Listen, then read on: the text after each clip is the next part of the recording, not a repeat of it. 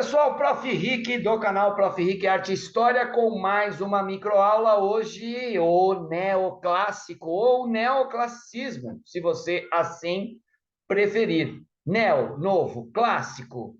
Será que tem Grécia e Roma aí, professor? Tem. Mas na realidade é uma retomada da Renascença que retomou ou se inspirou nos valores greco-romanos. É, sem sombra de dúvidas, o movimento artístico que está intimamente ligado ao iluminismo, tá? Ao academicismo, principalmente. O neoclássico volta, né, com aquele equilíbrio, aquela razão. Os temas mudaram um pouco, não são ligados mais à igreja, né, à religião, mas são ligados a fatos históricos contemporâneos deles e mitologia também, tá bom? Vamos lá? Contexto sócio-histórico expressou os valores próprios de uma nova e fortalecida burguesia, que assumiu a direção da sociedade europeia após a Revolução Francesa, e principalmente com o Império de Napoleão. O neoclássico na França também é conhecido como estilo império, tá? Não se esqueça disso. Foi componente artístico do iluminismo, como eu falei, sendo igualmente idealista. Inspirada na arte clássica greco-romana, só inspiração, tá? Foi uma espécie de releitura do Renascimento.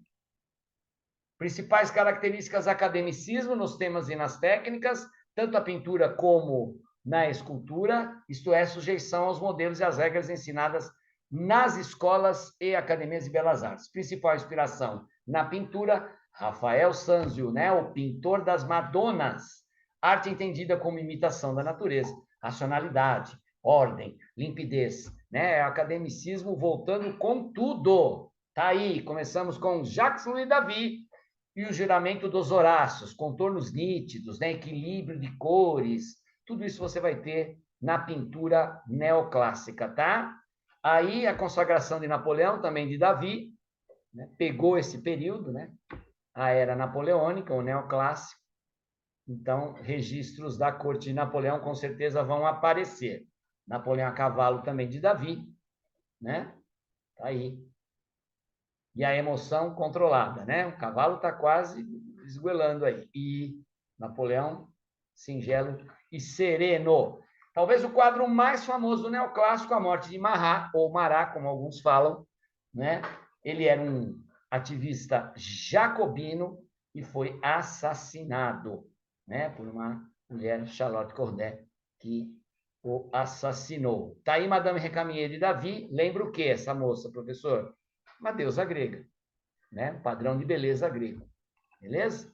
Tá aí a Sabina, também de Davi. Aí um anacronismo bem legal, porque é uma lenda da formação de Roma, mas lá no fundo você vê a Bastilha, né? Isso não aconteceu, mas é justamente alusivo a jacobinos e girondinos, né? Os dois principais partidos políticos da época. Beleza? O imperador Napoleão, de Ingres, Dominique Ingres, e Davi. São os dois principais pintores do neoclássico, tá? A Odalisca, de Ingres, aí o banho turco, de Ingres, né? A famosa banhista de Valpinson, de Ingres, cai muito em Vestiba, em provas, né?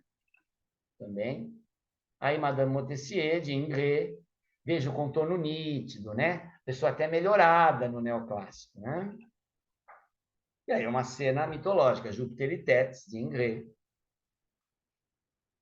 Apoteose de Homero, de Enrê. Aí também temos um anacronismo que ele colocou embaixo aí do Homero uma série de pensadores iluministas, né?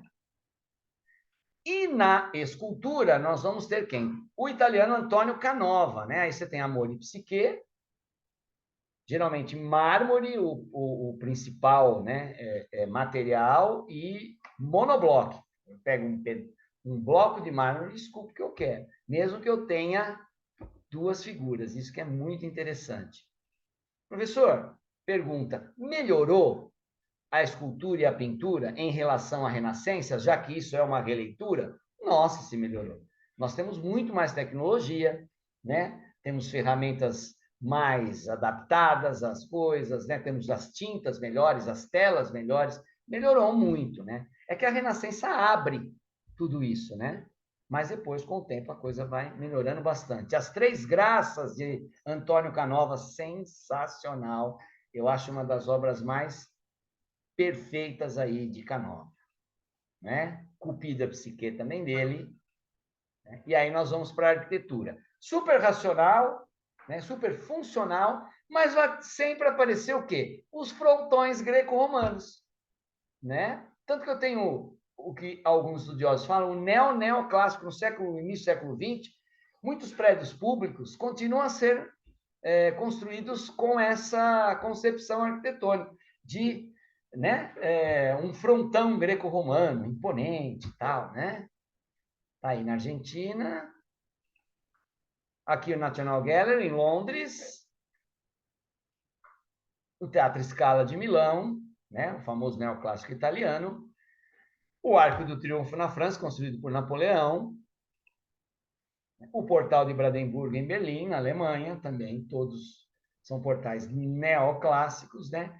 Todo o centro cívico norte-americano, o Capitólio, a Casa Branca, o Monumento a Lincoln e a casinha aí do Benjamin Franklin, né? Próceres da independência norte-americana, ok? Ficamos por aqui, valeu, a gente se vê. Tchau, tchau.